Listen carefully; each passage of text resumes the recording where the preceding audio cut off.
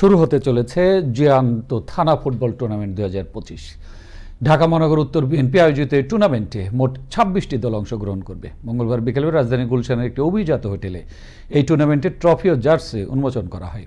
ঢাকা মহানগর উত্তর বিএনপির আহ্বায়ক ও বিএনপির ক্রীড়া বিষয়ক সম্পাদক আমিনুল হকের সভাপতিত্বে অনুষ্ঠানের প্রধান অতিথি হিসেবে উপস্থিত ছিলেন বিএনপির জাতীয় স্থায়ী কমিটির সদস্য অবসরপ্রাপ্ত মেজর হাফিজউদ্দিন আহমেদ। এখন নির্বাচন দিলে বিএনপি ক্ষমতায় চলে আসবে, আর এই কারণেই হয়তো অন্তর্বর্তীকালীন সরকার বিএনপির উপর নারাজ রয়েছেন বলে এ সময় মন্তব্য করেন হাফিজউদ্দিন আহমেদ। আমি চাই বাংলাদেশে খেলাধুলার প্রসার হোক। আমাদের জীবন তো শেষ, একটা স্বাধীন দেশ আমরা সৃষ্টি করে দিয়েছি, আরেকবার আল্লাহর রহমতে আবার দ্বিতীয়বার দেশটা স্বাধীন হয়েছে। আমরা চাই এদেশে প্রত্যেকটা মানুষ নির্ভয় চলুক, যার যাকে ইচ্ছা তাকে ভোট দেয়, বিএনপিকে দিতে হবে এমন কোনো কথা নেই।